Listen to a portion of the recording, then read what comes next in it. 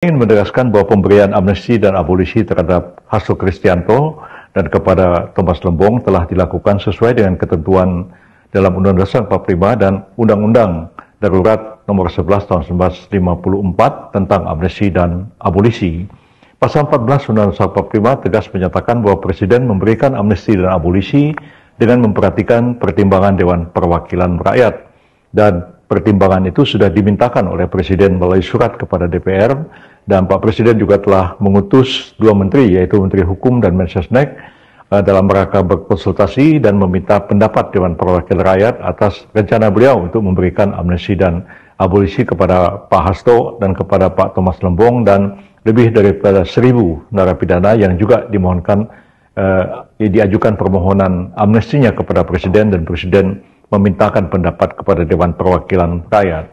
Jadi kalau kita membaca ketentuan di dalam pasal 2 dan pasal 4 dari Undang-Undang Nomor 11 Tahun 54 tentang amnesti dan abolisi itu, jika seseorang atau sekelompok orang diberikan amnesti, maka segala akibat hukum dari tindak pidana yang dilakukan dihapuskan. Kemudian dengan abolisi, maka segala penuntutan terhadap tindak pidana yang dilakukan oleh seseorang atau sekelompok orang dihapuskan.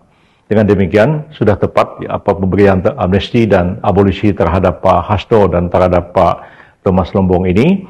Jadi bagi Pak Hasto maupun juga bagi Pak Thomas Lembong, dua-duanya itu implikasinya hampir bersama juga sebenarnya. Bagi Pak Hasto adalah dijatuhi pidana pada tingkat pertama juga oleh pada Pak Thomas Lembong. Nah, dengan segala proses hukum yang dilakukan terhadap Pak Hasto itu otomatis dihapuskan. Jadi beliau tidak perlu mengajukan banding atas putusan yang telah diberikan oleh pengadilan tingkat pertama. Dan bagi Pak Thomas Lembong, ya sudah diputus mungkin dalam proses untuk mengajukan banding sekarang ini, maka dengan pemberian abolisi segala proses penuntutan terhadap beliau itu dihapuskan. Jadi dianggap tidak ada penuntutan terhadap beliau.